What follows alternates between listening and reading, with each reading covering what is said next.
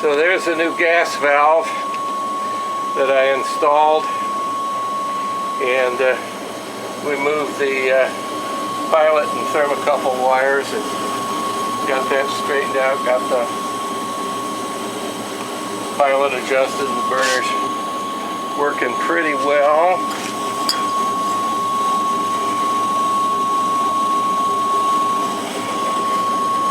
And now sealed this crack in the heat exchanger with some stove dope, and so now it all works okay. Well, I'll turn this thing off for a minute and you can watch this fan switch will rotate around slowly, and eventually it will turn the fan off. I think you can see it rotating as it cools off.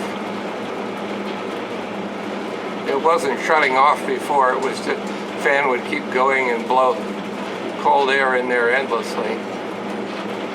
And because these two little tabs right here are the adjustment tabs, and they're supposed to be held in place by friction, and when the thing rotates around it runs a little cam and it pops the switch open, turns the fan off.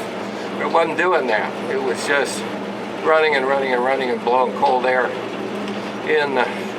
You know, people don't like cold air blowing on them in the bathroom. There you can see it took a big jump. So in a minute or two, this thing will shut down.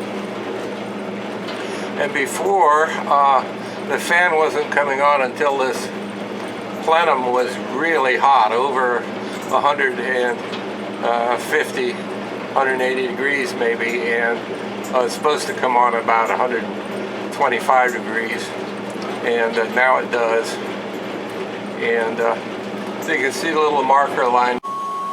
Well, there it is, ticking away.